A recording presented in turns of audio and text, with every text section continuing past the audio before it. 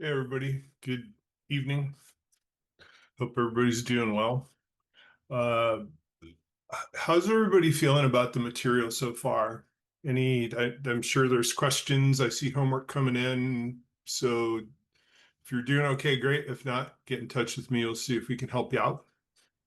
Uh, so today we're going to dive into the probably one of the most practical and immediately applicable topics, which is detecting unknown threats that signature-based systems miss. So I'm going to breeze over this. We've seen housekeeping. So just a couple minutes to talk through the syllabus, right? Hopefully you feel that we're building towards that capstone, that's starting to see how these pieces fit together. Uh, Next class in class 10 will be really important as we kind of gear towards the capstone. So anomaly detection, supervised learning, unsupervised learning is going to be key to this. There's plenty of examples, and I'll be uploading the example notebooks and some data to GitHub so you can play with it yourself. So we're getting there. Lots of stuff to cover. So in the class of in the bigger picture, right, we're 5 of 16, so a third of the way through, and we're going to build on anomaly detection for the next couple of classes. And when we add in supervised and unsupervised learning, we're going to have a pretty well-rounded picture of what we need to do. So if you think about it, where does anomaly detection fit in a real SOC, right? Think about that. This is all, I mean, infosec detection is all about anomalies. What's not like the other thing. We got the assignment coming in. I already posted that. We'll make sure we get it up on Google Classroom.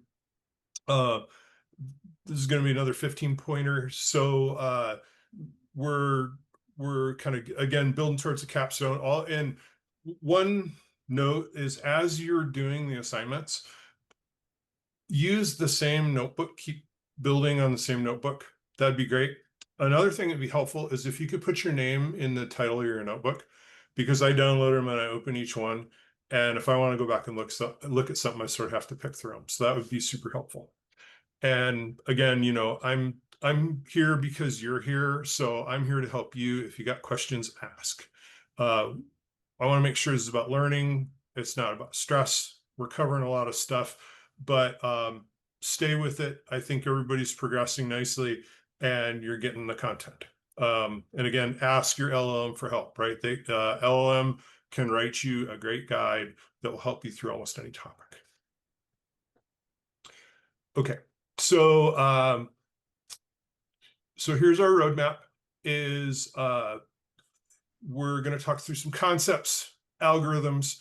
Lab, I think, is a misnomer. It's going to be more of a demonstration, and then I'll upload the notebook so y'all can look at it.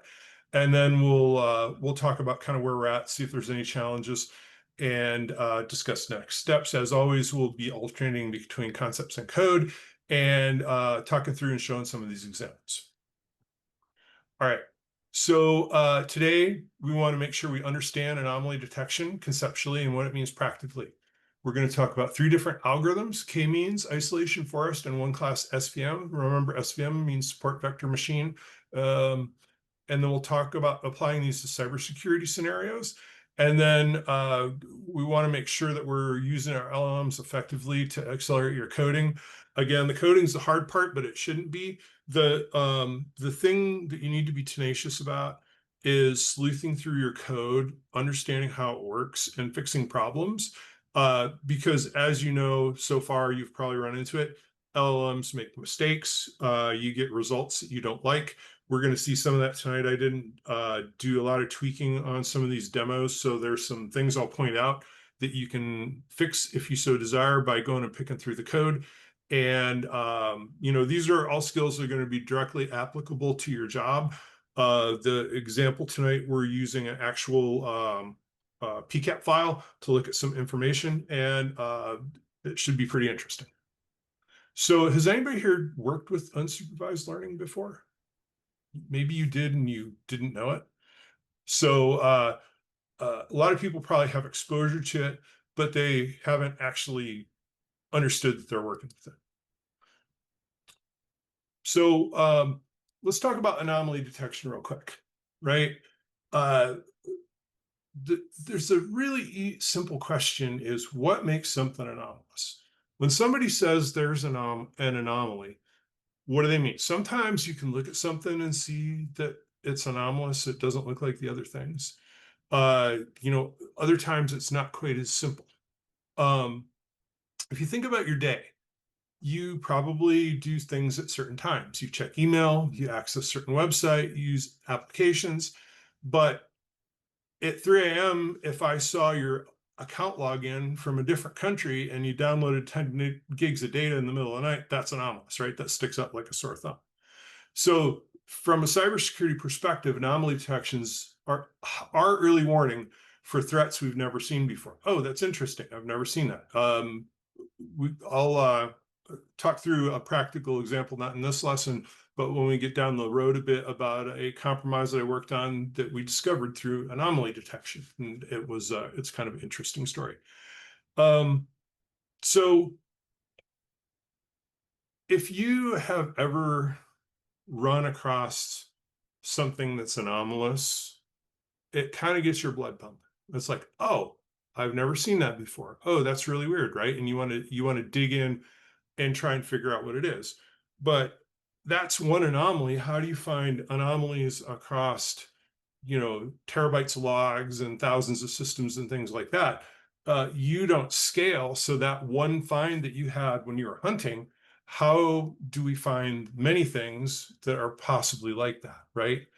Uh, so, you know, you're looking for locations, times that are strange, traffic that's more than usual. Our systems have sort of a shape, or some people say they have a soul, right? The way that they usually operate, and if something is strange, right, you probably want to look at it. Processes maybe you've never seen running before. How often does this process run? Why is it running now? We've actually, when I was at Microsoft, we found targeted exploits because of analyzing when processes ran, right? File access patterns, host access patterns. There's a whole bunch of things that we use as part of cybersecurity that are anomalous, right? So what's the benefit of anomalous, right? Is we've never seen it before, but we know it's weird, right? As opposed to signature says, I'm looking for something specific, right?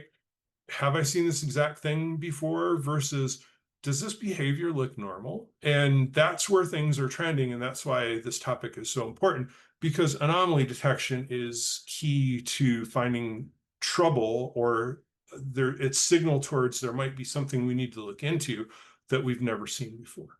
So, and the difference is, right, anomaly detection, we've never seen it before. And if we're training supervised learning, we have seen it before, and we want to find things that are like it. All right. So what are the kinds of anomalies, right? There's three types. There's point anomalies. We foreshadowed this a little bit in another lecture, right? And it's a single event that stands out, right? Um, like a DDoS, right? A huge traffic spike. That is probably a single anomalous event. Somebody downloading 10 gigs of files in the middle of the night to Dropbox or something like that, right? That's a single event that's anomalous. And if you look at it, look at the lower chart, right, where you see those clusters, right? And the things that aren't close to those clusters are anomalies. If you look at the top, you can see the circles around the quote unquote normal distribution, and anything that's outlying is considered an anomaly. So that's sort of how it looks, right? You can see things that are clustered. The precision and recall have a lot to say of what's in and what's out as far as where your decision boundary is. but it's clear in both of these examples that you can see things that you say, yeah, that's probably outline. Of course, in the top example too, you could probably draw a line through it and say, that looks like there's a pretty normal curve. So that's why it's important to be able to use some of these algorithms to figure it out. Um, so, so think about this, right? What are things you might see are anomalies in a corporate network? What are things you might see that are anomalous as far as user behavior, right? Look at outside looking in, right? How are people accessing your network? I was doing some work with a company, and one of the security leaders asked me, do you think it's unusual that we got thousands of accounts created from China overnight that seem to have a random password? And it was essentially an APT staging a DDoS for one of their systems on the most important day of year when they were getting ready for a product launch. So we went through and we uh, made everybody change their password in all those accounts, and that effectively neutralized the attack. So simple things like that, right? Think about what's anomalous. All right. So unsupervised learning algorithms, right? Let's talk about practical things. We're going to use our Capstone data, which is real malware data from VirusShare. It's the same one we'll be using for your Capstone project. So a little bit about the data set. It's small, right? The reason that it's small, and it's kind of weird the way that it's put together, and we'll be looking at that some, but it's manageable, and it's something that you can work with, and it doesn't take hours to run. I have an example I'm going to show you with a slightly larger data set. It's like 52 megabytes, and it's really choking Jupyter notebooks. But so, be aware that if as the data set gets larger and you do more and more analysis, your runtimes are going to get slower. Uh, and again, real world data, this is used by security researchers everywhere. We'll talk about k-means clustering, where we group similar files and uh, data, and we find outliers. Isolation forest isolates suspicious anomalies more effectively. And one class SVM draws boundaries around normal behavior. So if you remember the example that we showed a couple classes ago, where it had the red graph with the white blob in the middle that was surrounded by the greens, things that look like Christmas trees, that's what one class SVM can look like. That's one visualization of it. So again, it's drawn a line around. So why are we doing these three? Right? Different approaches to the same problem. They give you a toolbox for different scenarios, and we'll help you figure out which one to use when. So we're going to dive into each one. We've got some theory, and then I've got some notebook examples. Okay, so k-means clustering, right? What is k-means clustering? The way you should think about it is, let me group similar things together, then see which things don't fit well into any group. Okay. And how do you do it? You choose k cluster centers. This is kind of tricky, but the algorithm will help you do it. You assign each sample to the nearest cluster center, and you move cluster centers to the middle sort of that group of assigned files, and you repeat that until it's stable, right? So an anomaly identification is a sample that's far from all cluster centers, right? So you can kind of see in these examples, right? You can sort of visualize where the clusters are, and they've got them color coded, and then you can see things that don't really fit, right? So so this helps you identify what's in and what's out. And you can see really if you're thinking about malware, think about it this way. How many clusters are there? There's two. There's things that are malware, and there's things that aren't malware. All right. So if you were looking for, three different types of things, right? You're looking for, let's say, attacks, right? You're looking for DDoS, and you're looking for two other different network attacks, then you might have three clusters. So that sort of is how you divide things up. Um, sometimes you think about it, it's called Y, it's the target. So the cluster again is related to that conceptually. Um, so the biggest problem is, how do we choose K? Uh, First is just what I was talking about, domain knowledge. Maybe there's, how many types of malware family do you expect? So I'm looking for 5 different variants of this malware, so I have 5 clusters. Um, I'm looking for malware benign. I have 2 clusters. Um, there's elbow method. We'll talk about this. You plot the cluster quality, and when you don't get any better results by increasing K, you've probably reached to optimal K. And then silhouette is another mechanism we'll talk through that measures how well separated the clusters are. So my tip to you would be, and the thing that has really allowed me to do this well in my career, is domain knowledge, right? This is the thing that AI is never going to replace, is your expertise and your domain knowledge. You have an ally in the fight, though, because this is where you also can use your LLM to help stop you with respect to domain expertise. So the information is there. You can ask your LLM to write you a paper or give you a guide that will help you figure this stuff out. So again, I encourage you to use LM as your backstop, so it'll get you the information you need faster than you could imagine. Um, so let's talk about something real quick.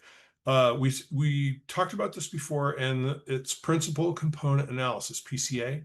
Remember, PCA is how we reduce the dimensions of the data. Not every feature is important to our analysis. So what we want to do is we want to find the features that have the most variance, probably, right? The most variance against the mean, the broadest spread, and use those features to help us decide what's going on with our data.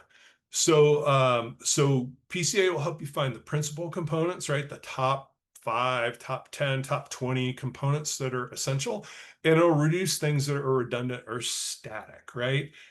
Centers it around the mean, ranks the components, and then it projects the data to the top K components to reduce the dimensionality and make the analysis more reliable and faster. Um, so why is this useful? Again, we reduce dimensions. It gives us good visualizations. We'll take a look at some PCA visualizations. Lower rank components are noisy. In our malware sample, there's 70 something features. We probably don't need that many, right? So we're going to reduce the dimensions. So we're not trying to run our algorithms on all of them. There's probably 10 or 20 that we'll use. And it's faster. And then you have a compressed representation of the normal data. So this is important. If you work in InfoSec and you are using tools, or you have something that's bespoke, built in-house, when people talk about a pipeline, right, a data pipeline where you take disparate data from numbers of different log sources, it's coming in and it is getting pre-processed, cleaned up, it is getting scaled, and then it's getting its analysis done and dimensionality reduced so that your pipeline works faster, right? So this is super important. PCA is a big tool that we use to reduce the depth of data, right, that we need to look at. K-means groups of points into clusters. K is the number you specify beforehand, right? That's how, is it malware? Is it not malware? Are 3 things I'm looking for? 5 things. My domain knowledge will help me figure this out, and I'll find things that are similar to each other, right? We talked about this. Centroid is a center. Inertia is how tightly clustered the points are. So lower inertia is better. We'll see a measure of inertia in one of the examples. And convergence is the algorithm quits looking when the centroids don't change much. If you remember, we talked about hyperplanes and centroids way back in a couple lessons ago, right? That's what that means, right? So once you figure out where the centroid is, you can draw hyperplanes, divide data sets into regions, and that's how you get clusters. Simple, right? So again, we're going to have choose to K to in advance using some of the methods we talked about. And it makes an assumption that clusters are roughly spherical and similar in size, not always the truth. And it works best with numerical data, right? Isn't going to be something that you'd want to use on a bunch of text. And means is really the averaging, right? Each cluster center is the mean of all the points assigned to that cluster. Okay. Just real quick, if we talk about k-means, right? I'll show you this notebook.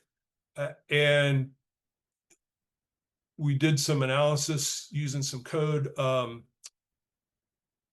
This is a data set overview, right? There's 79 features, 19,000 rows. This is labeled, even though we aren't using the labels. We use the labels as far, we'll see them in the future because we're going to do kind of a ground truth comparison to see how effective our detection is. Tells us how many benign samples there are versus malware. You can see there's almost 15,000 malware, 5,000 benign. So the deck is kind of stacked in our favor, right? Hey, We're can going to you find. increase the font size, please? Oh, sorry. How's that? Better. All right, cool. All right. Thanks. I always forget that. It looks good to me. All right.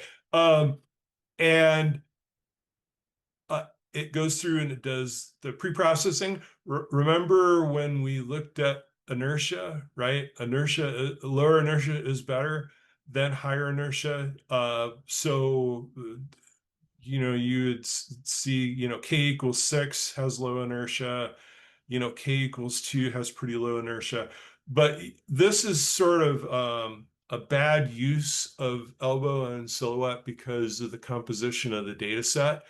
But you can kind of see, right? You can see where the elbow is for silhouette, right, at 3, and you can see where the inflection point is here at 3. So I would, if I didn't know that there was really only 2 clusters, I would pick 3 just based on the data, right? But we know it's 2. So this says optimal number of clusters based on silhouette score K equals 8. And again, that's a manifestation of the data and the fact that it's skewed towards malware. We do some k-means clustering, talked about that silhouette score and the inertia, cluster distribution, right? You can see what things are in each cluster. And remember, this chose k equals 8. If I was going to run this and specify k, I would say k equals 2, and these numbers would look a lot different. But just for the purposes of this lab, we're using the existing analysis here. And then it tells you what the cluster is, right? So cluster 0, right, which is probably where we're at with k equals 2, that's probably the representation of our real distribution if you look at the numbers that we had at the top with respect to the labels. All right. The PCA visualization, you can see here, this chose 8. I would go through, if I was going to run this again, I would go through and run it with 2 and see what I saw, right? Because this is trying to show you 8 clusters based on its analysis, and you can see it's kind of messy, right? Remember we talked about dimensionality reduction.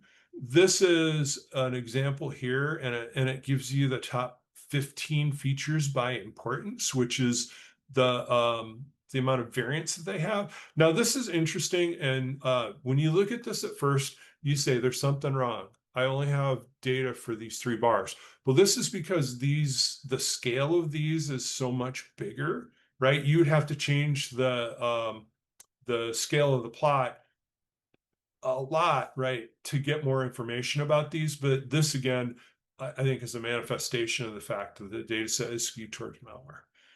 Okay, so So this is and also you can see too, look at this, right? The number of samples in each cluster, it's super small after you get past cluster zero.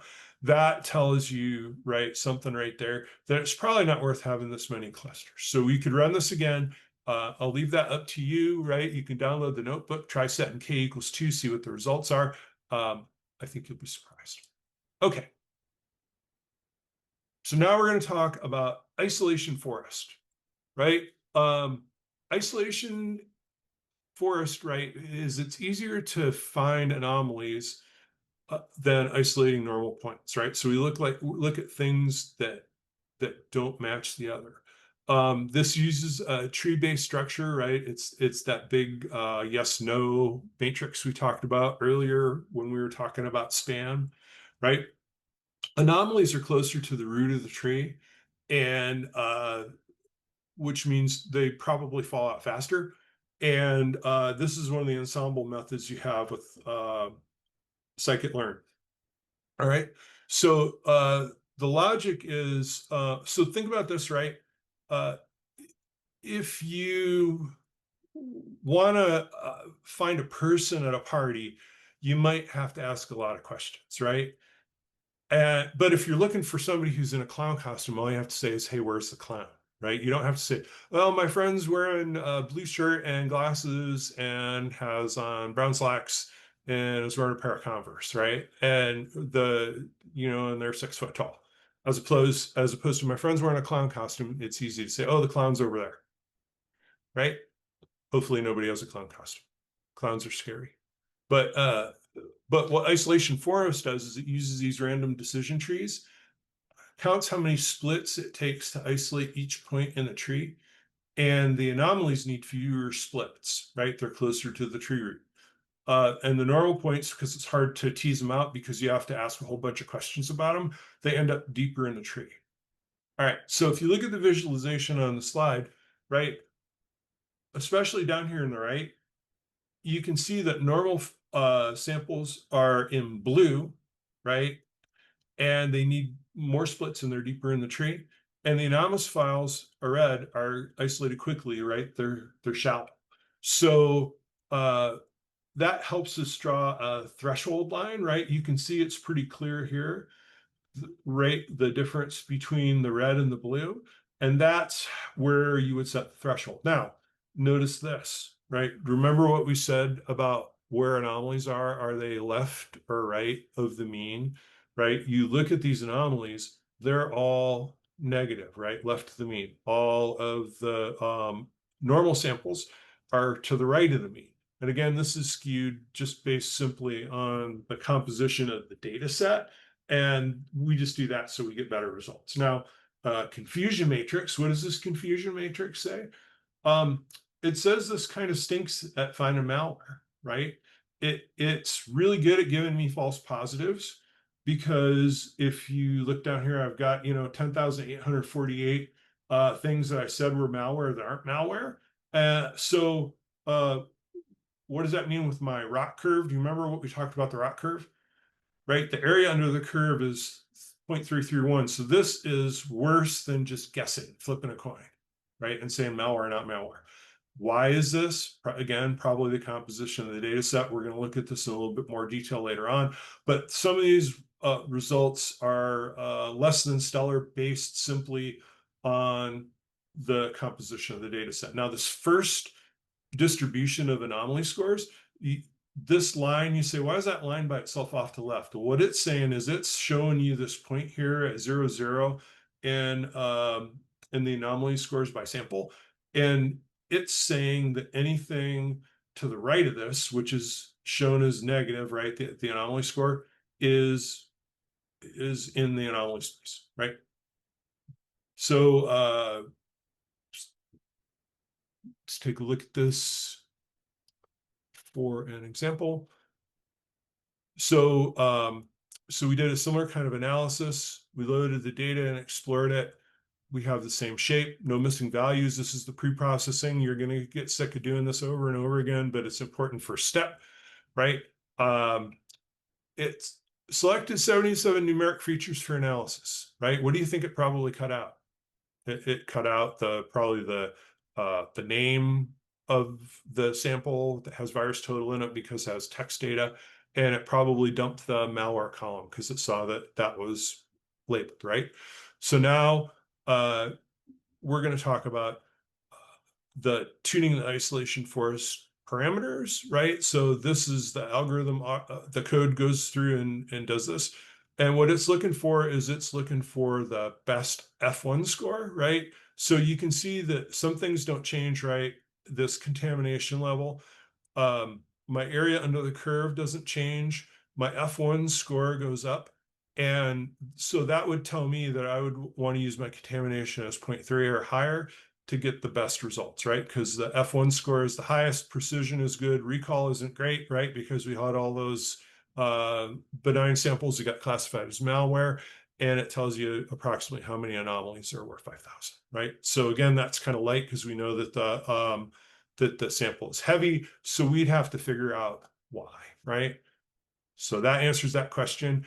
So the models trained with contamination of 0.3, which is the fit, right? Remember we talked about the fit, and then it tells me that I've got 30% anomalies, which I know is wrong, but it also gives you anomaly score. So this is pretty cool. The performance, precision, and recall, F1 score, right? This isn't great. Why is that? Again, probably the shape of the data.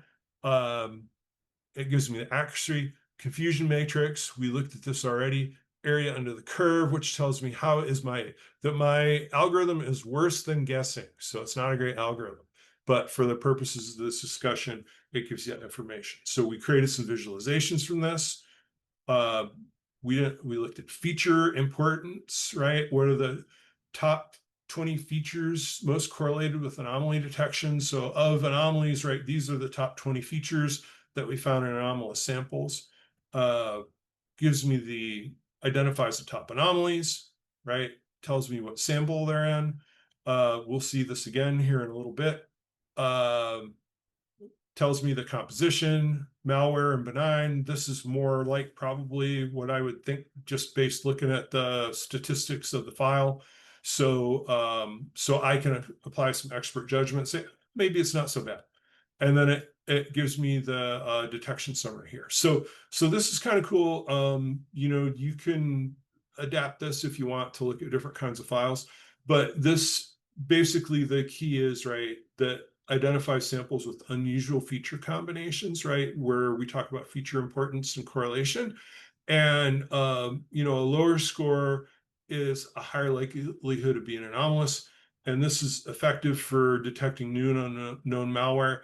And you would want to go through and you could get this to see where it spits it out here to isolationforestresults.csv. This will give you a complete list of all those things that it thinks are potentially anomalous that you could go and investigate, right? So pretty handy. Again, this is using data that we downloaded from one of the sites where they host log samples and things like that. So you could adapt this to use it on your own log samples, probably. You just have to adjust some other parameters. So pretty neat. Okay.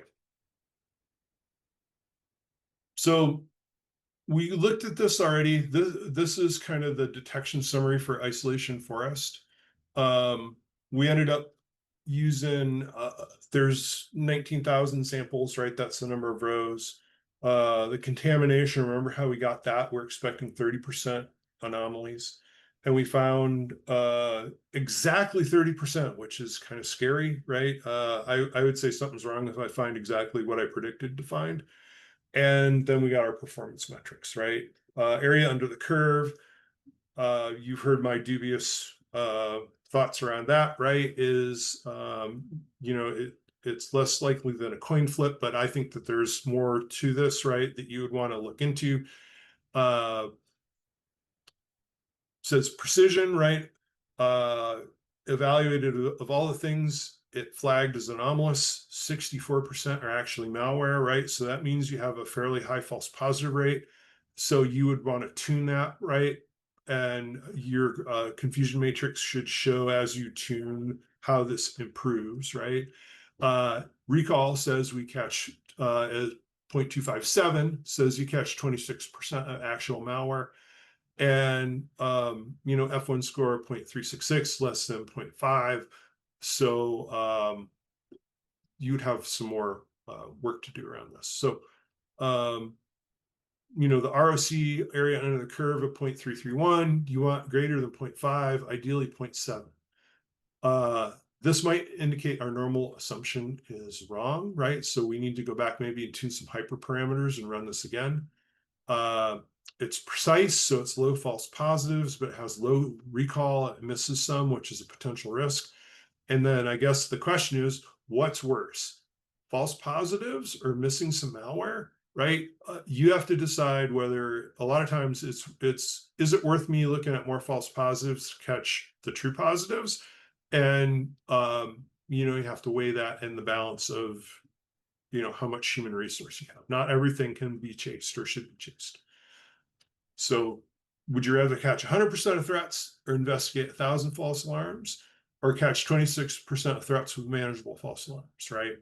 Everybody always says, oh, we want to catch 100%, but at what cost? So you have to kind of think about these things. All right, and this is just the rest of the analysis. So the key insight is, isolation for us to identify the samples with strange feature combinations, right? And lower anomaly scores indicate higher likelihood of being anomalous. And this is good for finding things that are new and unknown, like new variants of malware. And if you have a super low anomaly score, right, probably something that you would want to look into. All right, on to the next. One class SVM, support vector machine, right? This is the third algorithm deep dive, right? This again does boundaries, right? We saw that in a previous example. It uses intuition, right? Geometric intuition, right? It says these things are more like each other, and I'm able to draw a line around it. If you had a bigger sample of things that were malware and not malware, you would be able to kind of see these clusters and draw a line around them. Using a different sample to run through this particular example would probably give you different results. But again, ours is artificially small because we want something that runs in a few minutes as opposed to taking all day or not running at all. And so how does one class differ from regular, right? There's two types of SVM. Regular SVM, it'll help you separate two classes. It'll say so it does the classification for you. One class SVM, what it does is it says, I know this is one thing, so I put a box around it, and everything that's outside the box we consider an anomaly. So a use case for one class would be where you have a lot of normal data, but you don't have many attack examples, right? So you put a box around your normal behavior and you look at the stuff that's outside the box. And SVM helps find the optimal location for you to put that fence or box around your data. Okay, so there's one hyperparameter that you need to be aware of for one class SVM, and I've alluded to this and we've talked about it a couple times. It's called NU new, right? What it does is it tells you how much of the data do I expect to be anomalous, right? So 0.1 means 10%, 0.05 means 5%. Lower new is a tighter boundary, which means it'll flag fewer anomalies. And higher new is looser boundary and more anomalies will be flagged. This does impact performance, right? So be careful when you choose new. Sometimes you'll have to turn new down to get your algorithm to run in a reasonable amount of time, right? So how do you choose new? Start with domain knowledge, right? Do I expect 1% of my stuff to be anomalous? Do I expect 10%? Do I not know? Do I have to kind of figure that out? That's what some of the other algorithms algorithms will help do. What's my historical true positive attack rate, right? So look at historical information about your environment. And also you have to be able to tune to reality, right? It doesn't matter if you catch all the things, if your SOC team can't handle it, right? You need to figure out where you want to set this, right? You need to be realistic. You need to look at the most important things. And some stuff you just have to let go, right? What's the risk? All right. So we have an example for this as well. Okay, so this is the one class SVM notebook. And again, load Explorer, same data set. We pre-process it the same way every time. Um, we're going to skip hyperparameter tuning, auto tuning equals false. I think this is a question that got answered in chat, right? So we're going to train the one class with the parameters of new equals 0.1, 10%, kernel RBF. We could go into a whole deal about this kernel, ask your LLM what the kernel and one class SVM means. Just choose our RBF. And for gamma, choose scale, right? It'll figure it out itself. And then it can go through, it'll do model fitting, tell you how many support vectors there are, right? That's how many points are in the box that's around my normal area, 10%. Strange, just the same as new, right? And then it gives you the decision score range, right? So what's in anomaly, what's not. We look again at our precision recall and F1 score, again, kind of crappy. Consider the data for this one, right? But you do need to look at these things, right? Precision and recall, and then the support, right? So confusion matrix, again, kind of similar performance area under the curve. The rock score is 0.3. I would say again, that's kind of crappy, but this gives you a picture kind of what it thinks of the data set. So what's its precision in detail, right? It is 49% effective for detecting malware. That might be perfectly fine, right? Recall is kind of bad, right? So you're going to have a bunch of false positives. And then it's pretty good at detecting benign, 80%. So you could say, right, I want us to see everything that's benign and I want to compare it with what my detections are and investigate the difference. And then again, F1 score is low, 0.11. We want to see that 0.5 to 0.7. Again, consider the data. But this is kind of the visualizations that you can come up with. I would do more work on these. I didn't put a lot of time into labeling and things like that, but I would have legends associated with these, which is simple. You can ask your LLM to do this for you.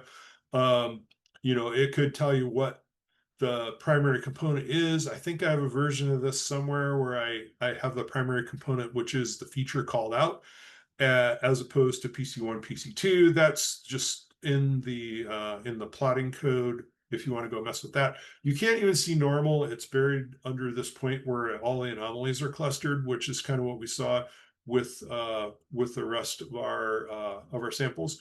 And then it gives you more information. Rock curve, where have we seen this before, right? So this sort of shows you the performance of the algorithm. It's sort of bendy again. That's where I would start looking at it some more. Here's our confusion matrix plotted, and then it shows the decision scores by sample, right? So it thinks all the anomalies are right on the line here, right? So it doesn't show any variance above, which is fine, but it shows a similar kind of distribution, maybe not as dense as the last one, but this is where you would use multiple algorithms to try and identify the true anomalies, right? The stuff that's way out here, right?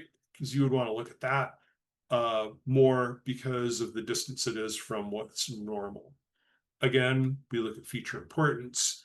An interesting thing I just thought of that I should do is I wonder if the correlated features are the same across the algorithms. I'll have to go look at that. I'm guessing maybe not, but that would be an interesting comparison is what features does it think is important based on each one of these algorithms.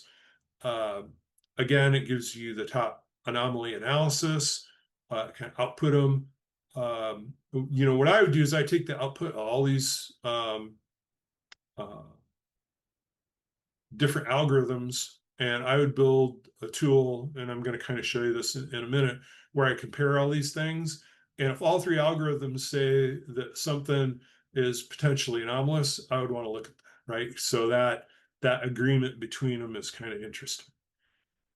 So here's the statistics. We've looked at this before, and again, this shares this out to a one class SVM results CSV. So you can go in there and you can find all these anomalies and you can rank them. So this is pretty fun. And this thinks it does pretty well, right? Because it thinks it's an anomaly and it checks against a true label. So it's pretty good as far as accuracy goes. All right, again, I'll upload this after class. And this is making sense out of, just our basic data set. So this is what we're working with. And you got all these features and all these rows. How would you as an analyst take this spreadsheet and go through and find a stacked ranked prediction of which of these are anomalous and should be investigated and which aren't, right? Not possible without machine learning. Okay. All right. Clear as mud, right? All right. So I did an example here, and what I did is I tried to put all this stuff together and come up with an example of a detector. And again, this is all this stuff is generated using Claude and with prompts and some back and forth. And what I think I'll do is I'm going to start collecting all my prompts for all these different examples, and I'll package those up and put them up on GitHub so you can see kind of the process that I went through to get some of these results. These aren't perfect. I could put hours and hours and hours into tweaking these, but for a quick and dirty example, it's pretty neat, right? There is a library called Plotly that I used. Plotly is cool because Plotly gives me stuff like this, right? This is an HTML dashboard that graphs the data that is coming out of my machine learning notebook, right? So this needs lots of work. I wouldn't share this with anybody because it needs better legends and labels and stuff like that. But this is just kind of a first pass going through at generating a dashboard that you could turn into something that you could use in your environment. And again, this is all part of Plotly. You can do drill downs and stuff like that. I won't do it as with this particular example because it runs really slow. But if you wrenched on this a little bit, this would be a nice thing that you could show people. This is another thing. We've seen this before. This is that timeline, and I wanted to show you kind of where did it go? With this, you can zoom in, and this is like an attack timeline visualization, and you can hover over this part and you can see, what's the type of attack, how severe is it, what's the duration, right? How many packets per second is it, what's the destination port? You could have this show the target IP and things like that, right? And again, this is all just done with Jupyter Notebooks and the Plotly library. So powerful tools are at your disposal to help visualize the data, right? Nobody gets excited about looking at the output of a Jupyter notebook of a bunch of text, right? Who cares about the statistics or the confusion matrix? But if you show that 4-quadrant plot, right, that's something people can get behind. And this is the kind of thing too. And again, needs some work, but you could tweak this so that you get a really nice dashboard for, graphing attacks. Hey, I evaluated the log files for this attack, and here's the timeline, and we can use this for forensic purposes. So, pretty cool stuff. This is the notebook where all this stuff came from. It's huge, so it takes a second to load. So my apologies for the gray screen. And this is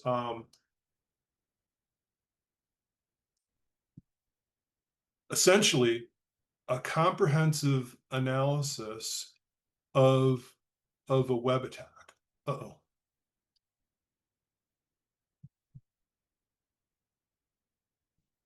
Oh, there we go. But this is super slow because of its size. Um, okay, go to Jupyter. All right. Anyways,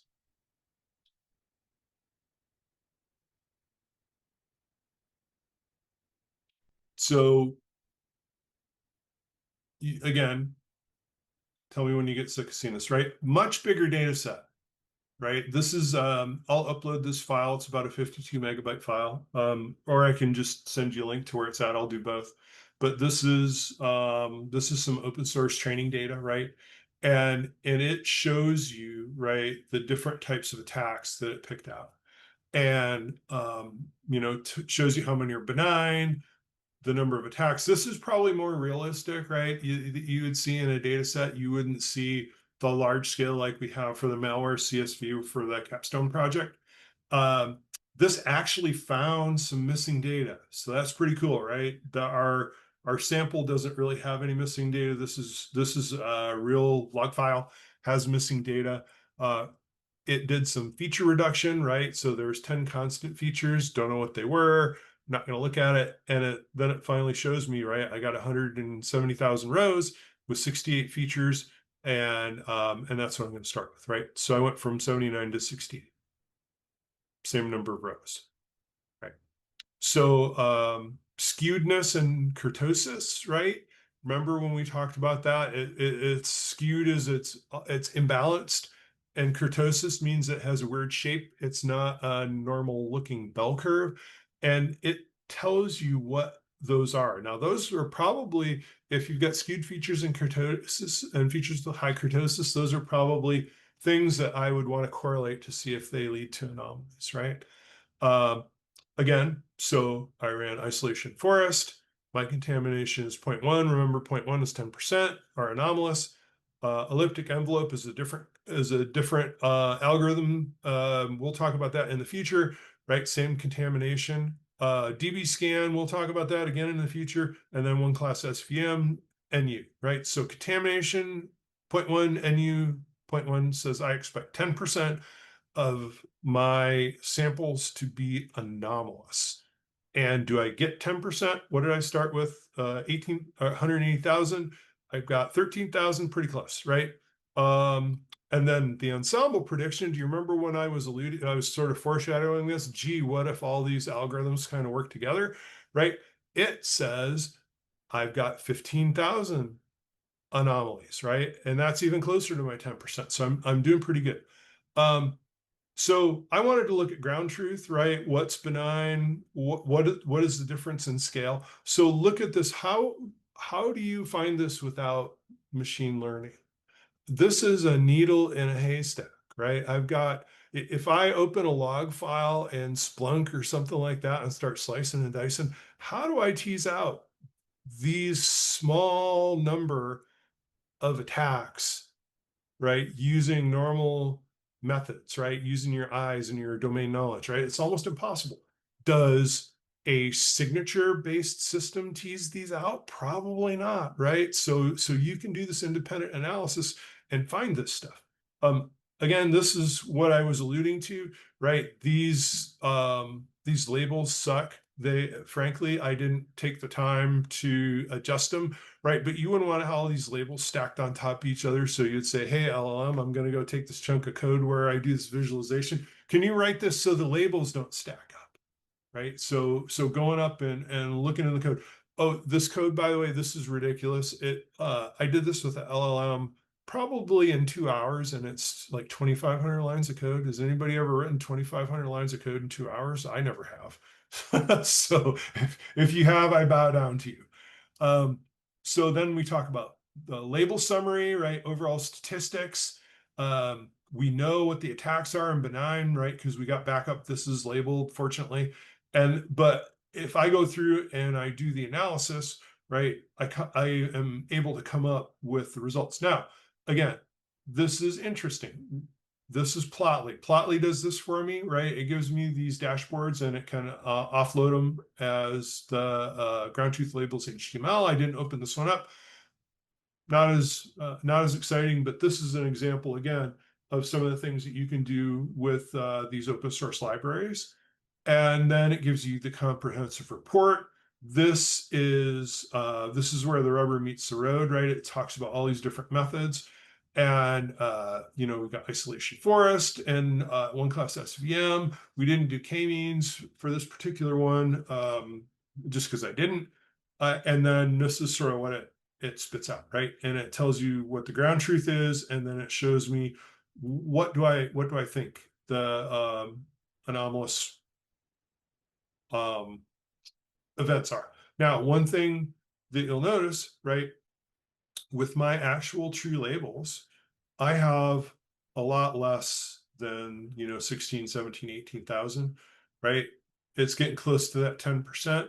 So maybe your NU would want to be lower, right? So you wouldn't find as many of these, right? So contamination and NU, you might want to reduce that. I know what my true amount is. It's a heck of a lot less than this. So I might want to reduce those so it finds a smaller range of anomalies, right?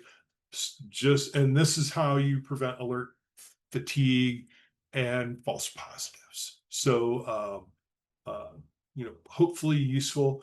This is the dash that we saw again done Plotly, um, which is pretty cool. You got the hover overs, feature correlation heat map, and gives you overall risk level. Again, I would do more work on these.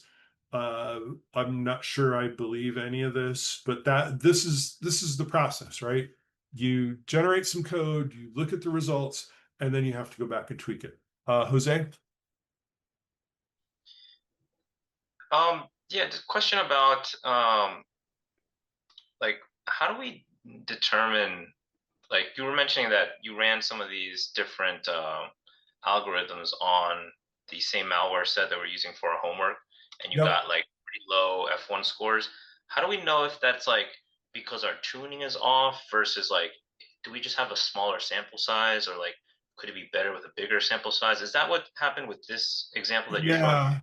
Yeah, that's a great question. And the results that we saw with the example file we're using for the capstone are artificially skewed because and there's an inordinately high number of malware examples in it with respect to supervised learning. And if you had a large, and it's a small sample size, like 19,000 samples is low. So, what I would say is if you had a larger sample size that had a more representative amount, I mean, your percentage might even be lower than 1%, right?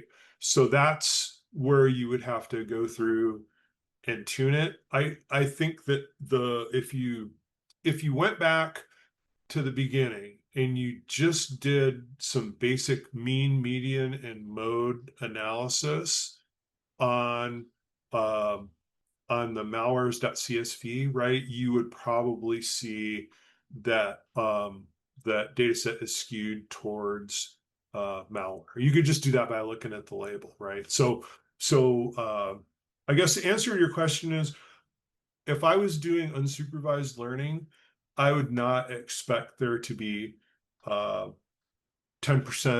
anomalies, right? I would expect it to be maybe 1% anomalies because you got much larger data samples and a much smaller number of anomalies. So that's where you have to work through the hyperparameter tuning, but the methods that we've been discussing here will will help you do that, right? Did that answer? So when we our next like the current homework assignment, Yep. should we expect to then like if we get the 30% or 20%, like that's to be expected? Like is that kind of our target based off the malware file that we're Based providing? on, yeah, and it, so if you just went in and looked at that sample file, you know, out of 19,000 samples, there's like 13,000 and change that are actual malware, and there's 5,000 that aren't.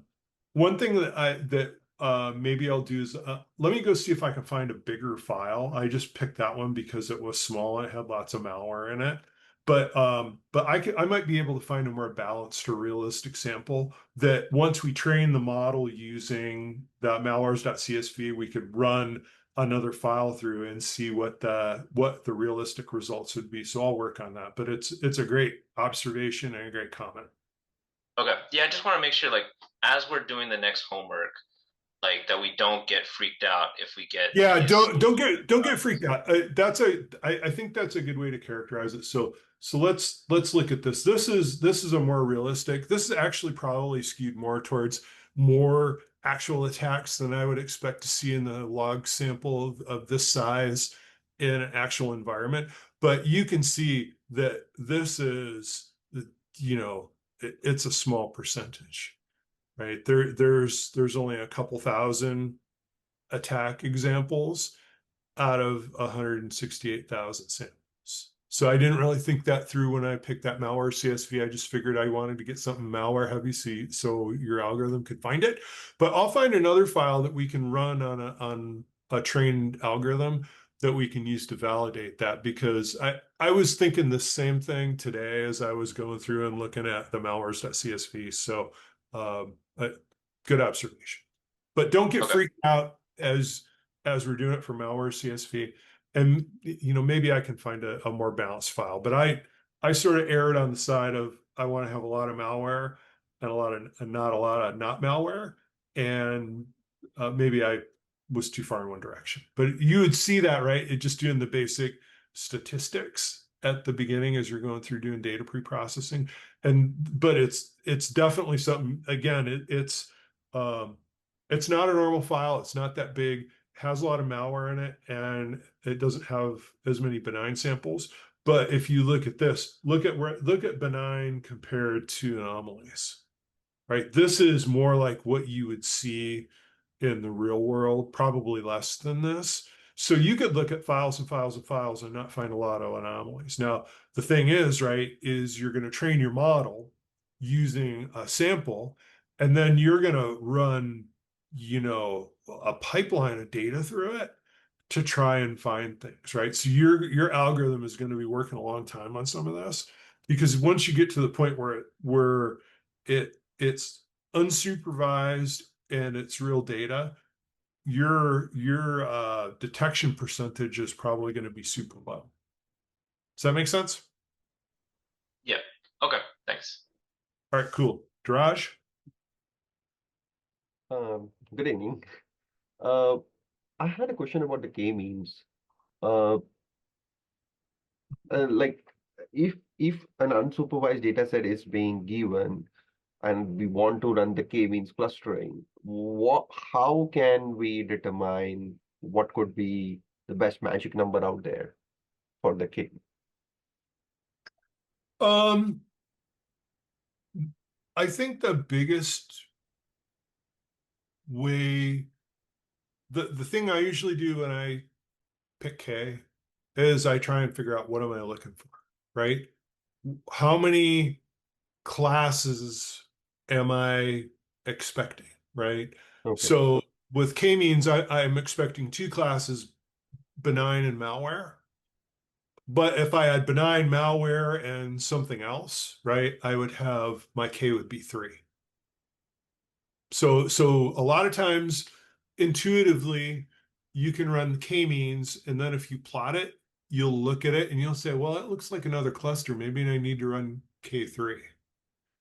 And in the example, it tries to find k by itself, but because that sample is so small, it thinks k is 8. But if you ran it on a different sample that was more balanced, it would probably come back with the correct number. So that was really a manifestation of the goofy data set that I am trying to use here. Does that answer your question? Yes, sir. This is why AI will never replace us, people, because AI doesn't know how to figure out what k is. when your boss says, what do? You say, I'm the person that figures out what K is for our malware analysis. Makes sense. All right. Okay. Again, this is all, we didn't even get to the interesting stuff. Here's another visualization, kind of what the data set looks like. You can see there's other clusters here, and that might be something you would want to investigate, right? Is what are these other clusters? It's I would, right? Because they're, what are all these other things here? Those look like clusters. I would want to investigate that some more, so you can do some additional analysis, right? What's the anomaly score distribution by method, right? You can see that here, right? Maybe this tells you which is the best algorithm. The top distinguishing features across all of them, right? Here's the things that my ensemble says are the most important features. If I want to look at things compared normal to anomaly, right? Maybe if I'm going to do detection, I want to look at TCP flags. I think I could look at TCP flags and find anomalies, right? This is like a novel method you could use. This is a one of the oldest tricks in the book is the flow duration, right? Anomalous network attacks have a lot of high flow, right? So I can look at flows. I mean, that's I think what IDS tried to do a long time ago with like flow rate analysis, if anybody remembers that. But this is sort of where they were going with that, right? It thinks, well, forward packet distribution is interesting, right? I can look at that from a graphic perspective. The top anomalous ports, right? Which of my ports are getting hit the most? Which are getting hit the least? Now, if I am an APT and I have set up a communication with command and control, strange ports and low rates are places where you might want to go look, right? This method agreement tells me that all of my algorithms don't agree, right? One or two is probably the best. So I need to look at that with respect to my ensemble. Feature correlation, right? Remember, negative numbers are anomalies, higher or not, right? So if I see where these features are correlated, like destination and forward packet shows me that it's below that 0, 0. So those might be things that I want to look at. So that heat map gives you some interesting information. Again, some of these legends I would do some more work on because they don't really tell me anything, right? But it tells me how many have the distribution of attack severity, right? 70 is the highest, 0. So most of them have 0, but I've got, a couple thousand, right? Where I have an attack severity score associated with it. This is kind of, I don't know if this really tells me anything, right? Oh, interesting. All our normal ones are 0, right? Shocking. That's what they're supposed to be. So not a great visual. I would probably work on that one. The F1 score comparison, right? That shows you that it's low for most of them. This is interesting. So now we actually have AUC rock score, right? Where we have an area under the curve that is something that isn't less effective than a coin flip, right? So this shows you like for isolation forest and elliptic envelope and one class SVM, right? So which algorithms do you use? Isolation forest and elliptic envelope. SVM doesn't really help me out a lot with this particular data set. So and then it kind of stacks all those up. We looked at this timeline. We got flows versus anomalous traffic again. This is just a PNG. This is a Plotly, so it's not interactive. But this shows you like the flow bytes that are classified, right? What is forward packet length, right? So that's something I might look at that shows the effect of attacks, right? And my forward packets are larger. The inner arrival time, right? Normal, it's pretty close. Anomalies, you can see that it's a lot different, right? The difference in mu is what's kind of that mean inner arrival time. Um, and again, this is all synthetic data, so or not synthetic data. This is like the distribution of the protocols, right? It shows you what's normal and what's anomalous. Um, and things like forward versus backward packets. You can see the anomalies where the forward packets and backward packets rate, right? Just kind of an interesting visualization. And then like the TCP flags and flow characteristics, normal versus anomaly. But you can see basically, right, that the normal flags and flow is low, and anomalous flags and flow characteristics are high. So, this helps you find things that help you group anomalies together and would be things you can tune in your environment, right? So, it teased out the identifying attack patterns, right? This is pretty cool. So these are probably the top features that you would want to look at that help you distinguish packets, right? So we go from how many features do we start with in this? I forget, 70, 80, something like that, right? We're down to 1, 2, 3, 4, 5, 6, 7, 8, 9, 10, 11, right? So top 10 features, right? Out of all those features, we can just probably look at these and we'll get good results. Um, you know, we evaluated um our algorithms with the ground truth labels, right? Because we did have a labeled sample, so we're able to do this analysis. You wouldn't always have this, right? If you're just doing totally unsupervised learning, but for the purposes of this, we did check and see how good they are, right? Accuracy is good, precision and recall are kind of crap, so the F1 score is low. But when you look at this as an ensemble, right, you get better results. So it generates all these visualization files for us. And then you could have this spit out what, more information, right? What's the source address of the attack? What's the destination? I didn't get into that level of detail, but these are all things that you could put in as part of this. So it's pretty comprehensive.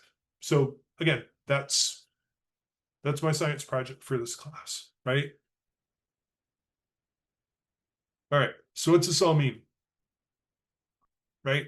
How do you measure success when you don't know what correct looks like, right? So a lot of times this is visualization, right? You'll have to, if you do k-means and you show the clusters, you saw that TSNE graph, which is related to dimensionality reduction, right? You saw some additional clusters there, right? Maybe I would want to go and investigate and try and figure out what those clusters are. Does it seem uh, here I have ground truth labels so I can see how effective my results are. You saw we did the rock analysis and the area under the curve was actually more than 0.5, so I felt pretty good about those algorithms. But again, you'd want to look at the confusion matrix and figure out is this a good result, right? You're not going to have labels if you're doing unsupervised. So again, do the cluster analysis, look at the clusters. You have to dig in and figure out what they mean. Again, this is why AI is not going to replace us, folks, because AI can't figure this crap out for itself, right? You have to be, it's the monkey and you're the trainer and you got to train it to do what you need it to do.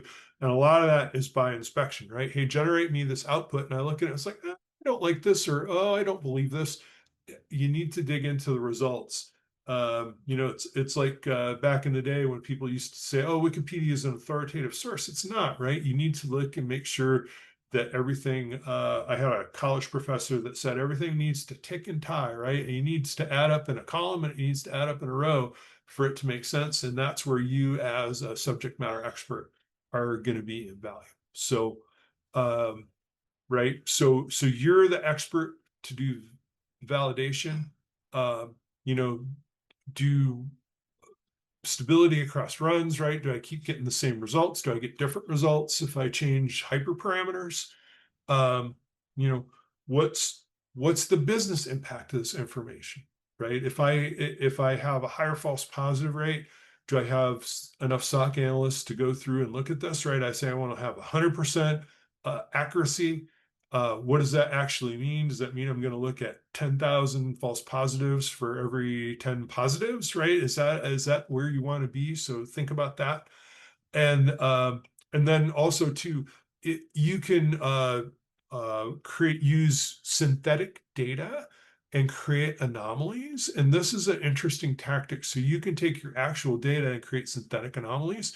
Um, Again, generate those with scripts and machine learning. We've used synthetic data before, but you can say this is what an anomaly looks like, and you can inject that and see if your algorithms are catching it. All right.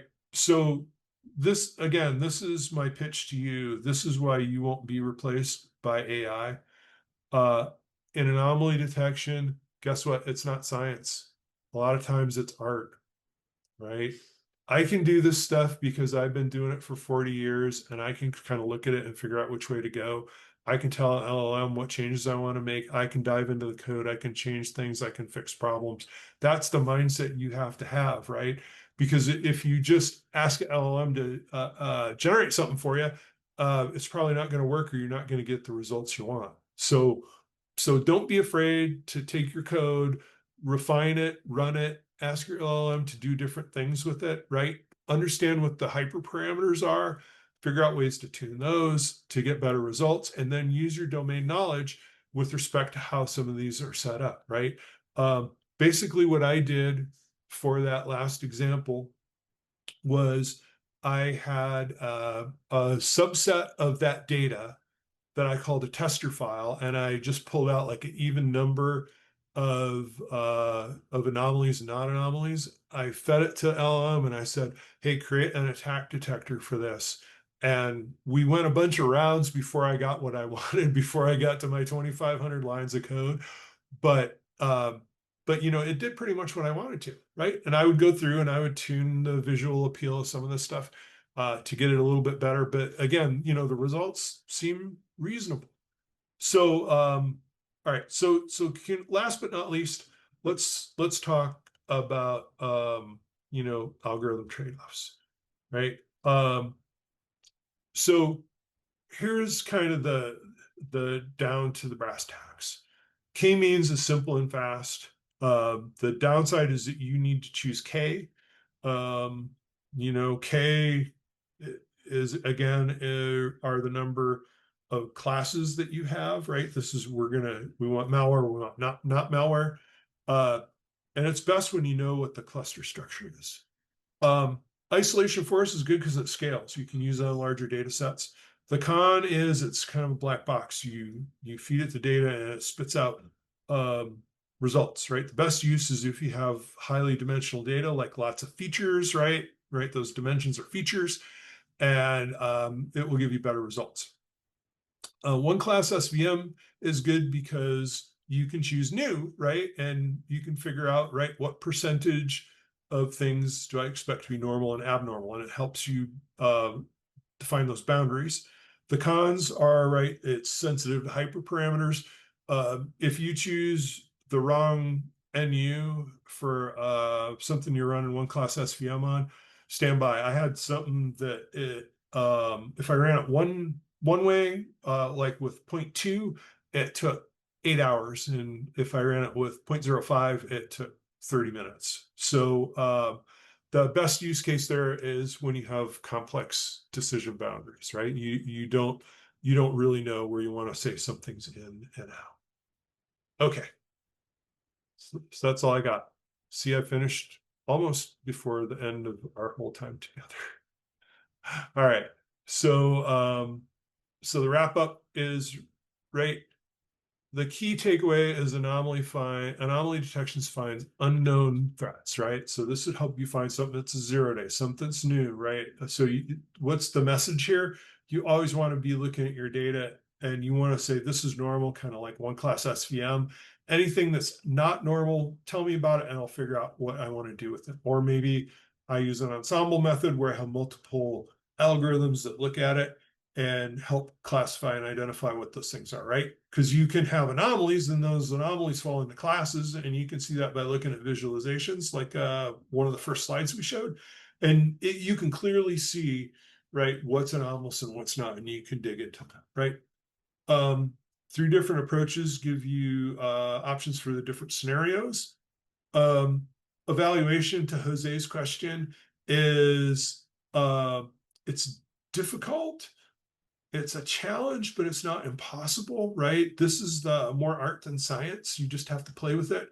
I don't know what good is, but I'll tell you when I see it, right? That's an example that I give a lot of times to people. They're like, well, what are you looking for? I don't know, but I'll know when I see it, right? So you're just kind of you're staring into the abyss, trying to make sense out of things, right? And you know there's something there, you just got to figure out what it is. So that's why it's important to be able to experiment with this.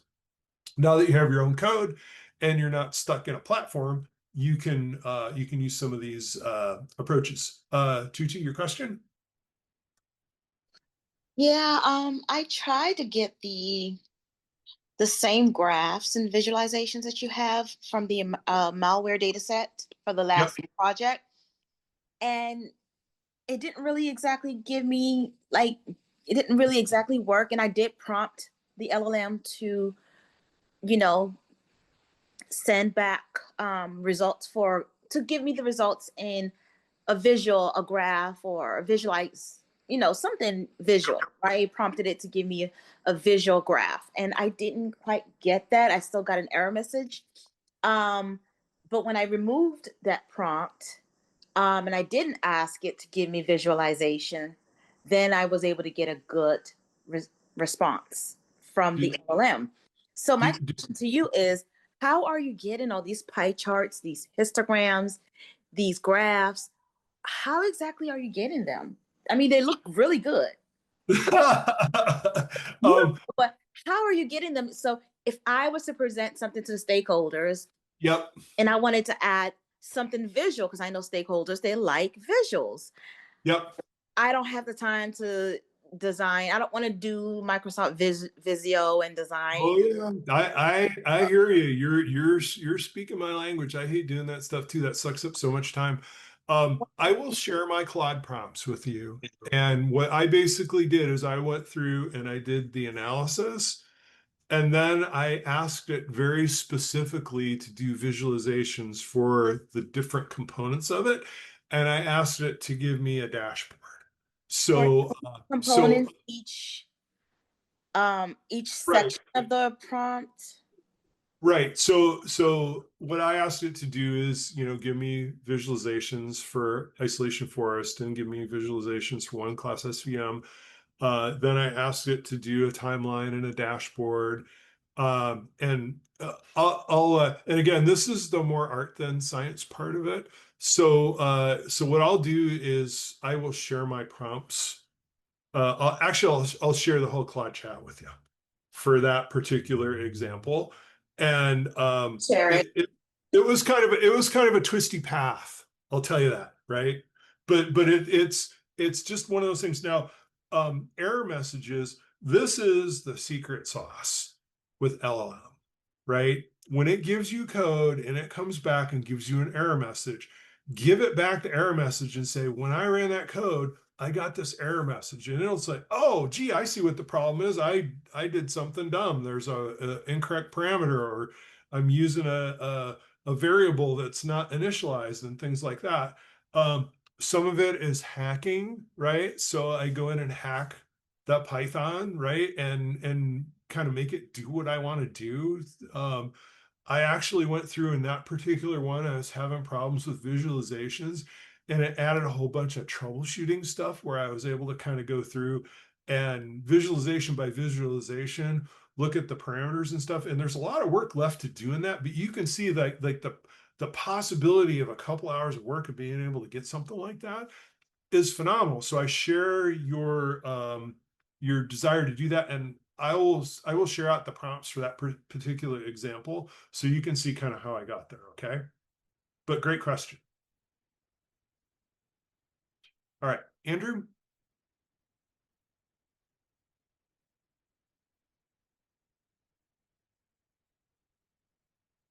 Oh, hands down. Okay. All right, that's it. Andrew, I know you had something you wanted to show me. Do you want to either catch up before or after maybe next class? I'll try and leave some time at the end. I say that every time, but it never works out because I would like to see what you're working on.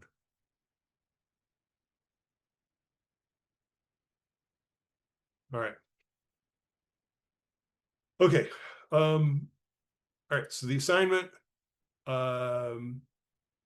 it, I posted that. Here's the additional resources. There's a better example of the assignment. I didn't update the slides. Sorry about that. Here's some more resources that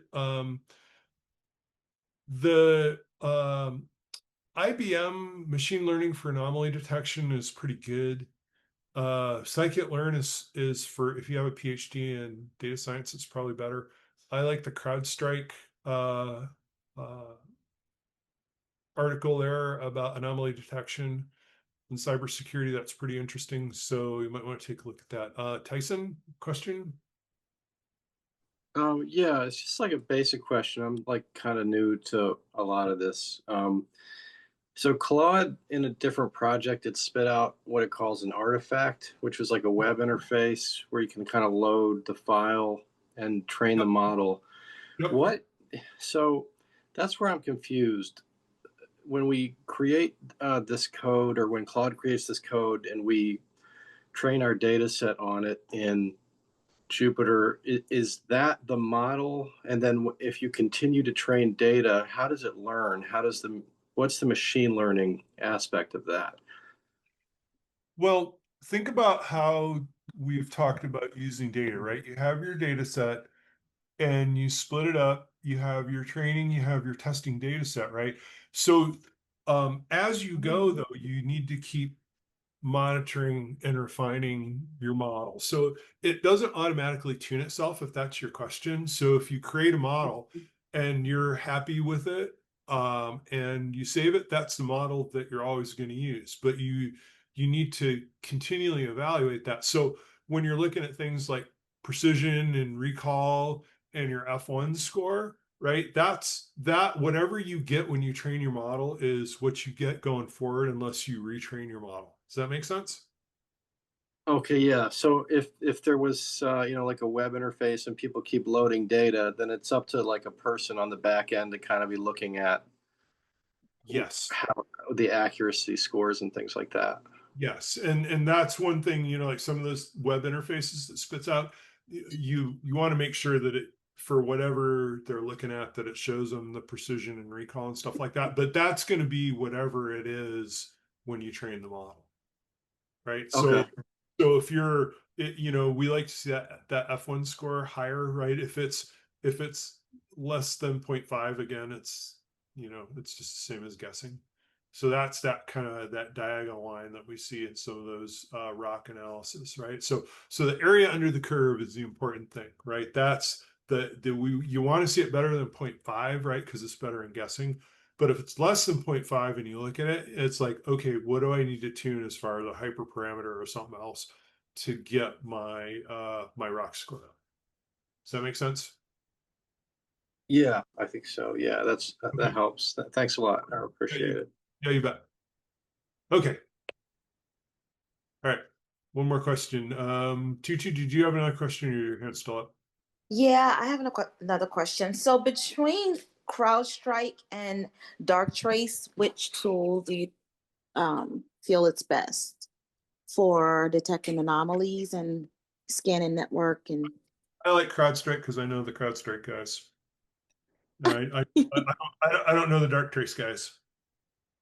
You know them, or you've worked with CrowdStrike hands-on? I know the people that built CrowdStrike. Oh, wow. So it's best as a CM. I think they're doing it right. I I think CrowdStrike, it's harder for them now that they're bigger. I don't think it's, you know, kind of like Mandiant, right? Mandiant was great when they were small, and as they get bigger, things get harder, right? Because you can't innovate as fast because you have that tail of a customer base that you have to drag behind you.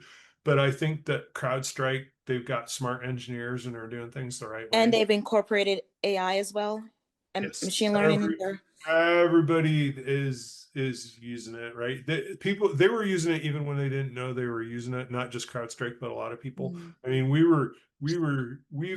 I've been doing this since like 2005, right? We started doing this back in the SWI days at Windows, right? Doing analysis. We were doing like graph analysis of ACLs in Windows, and you know, looking at you know, code compile errors and all this kind of stuff, right? You know, things like cyclomatic complexity, how deep is your code? Uh, there's lots of different things, but I think you know, we didn't know what we were doing back in the day, right? So as it's gotten more and more complicated, right? You know, we were doing, you know, millions of lines of code and compiling things to build Windows, and we were looking at it from that perspective. But then we started saying, oh, well, we can apply these techniques to other things, right? So we can look at attacks and things. So it's evolved over time, and that the people that started CrowdStrike, a lot of them came from teams that I worked with at Microsoft. In fact, as their CEO for a while was one of the guys I used to work with. So, anyways, memories, right? Great question, though. Thanks, Andrew. Hey, real quick, I just wanted to ask you and honestly ask like the community, during analysis, did anybody else kind of isolate the fact that the initial report was an infiltration, but the data actually shows that it's an exfiltration? I did not, and that's for the malwares.csv. Uh-huh. Interesting. Yeah, I didn't get that deep into it. I'll have to take a look. But that again, I'd love to see what you're working on because I think it's fascinating. I've got everything wrapped up for you. I also produced a second resource that like our colleagues can load and just like look at what I'm doing. I have README files. I've got everything. I'll show you. Yeah, nice work. Yeah, I didn't dig that deep into it. I've kind of been doing a superficial. I haven't dug deep in the analysis of that, so I'd love to see what you found. I've been treating it just as examples for the course. I haven't really analyzed it, and I'm glad you did because I look forward to seeing more about that. 100%. Everything's packaged for you. Nice. Okay, you're doing good work, man. Keep it up. Okay. All right, that's all I got. Uh, Keep doing what you guys are doing. I love the study groups and the community helping each other out, right? Ask questions in Discord. As you know, I'm on there probably just about every day. I spend a lot of time on this course. I want to make sure that you're getting what you need out of it. So if you feel lost, if you got questions, we've got a lot of people that are doing good things already with the materials in the course. So don't be afraid to hold up your hand, right? This is important stuff. You might think a lot of it is like, oh man, I'm getting hit with a fire hose. I don't know where to go next. But you can figure this out, right? You probably know more about this than you think you do. We're just using different terms for it. And then there's a lot of, you know, fancy algorithms, but we have LLMs to write code for us these days, so we don't have to be developers. Okay, that is all I got. So I will see you on Thursday. If you got questions about the homework, let me know. I posted that early. Paulina will put that up on Classroom along with the recording. I will upload these example notebooks to GitHub along with I got to zip up the data set that I use so you can use the same one, but I'll give you a pointer to it as well for other examples. And we can rock on and start having some fun with this. So now we're getting to the fun part of this, right? Hopefully it's not just all boring crap shoving down your throat. but you guys can do this, right? If I can do it, I'm the dumbest guy in the room. And I can figure this stuff out. Y'all can figure it out too. So we're going to work together until you feel like you got it. Okay. Excuse me. Did you just say we have a new data set to do this assignment on? Nope. Oh, Nope. okay. You do it on your existing data set. The example that I showed you with all the fancy graphs and stuff, there's a different data set that I'll post for that. Okay, cool. All right. Okay. Thank you all for being here. I appreciate the fact that you signed up for this course, and let me know if there's anything I can do to help you get what you think you wanted out of it. But we're a third of the way there. We're rounding first base, maybe second base, and we're getting ready to make the big turn and head for home. So great stuff. Thank you all. Have a good one, and I will see you guys in a couple days.